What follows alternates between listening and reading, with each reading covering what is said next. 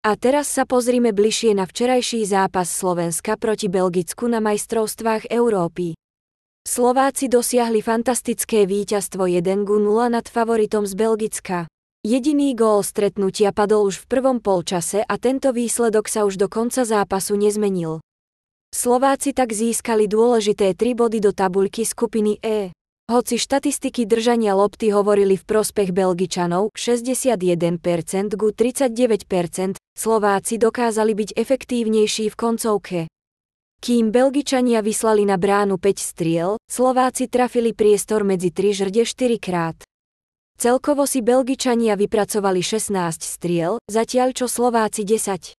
Slováci taktiež premenili jeden zo svojich 7 rohových kopov, zatiaľ čo Belgičania nepremenili ani jeden z 5. Obrana Slovenska si zaslúži pochvalu za skvelý výkon, keď dokázala udržať čisté konto proti hviezdnemu belgickému útoku.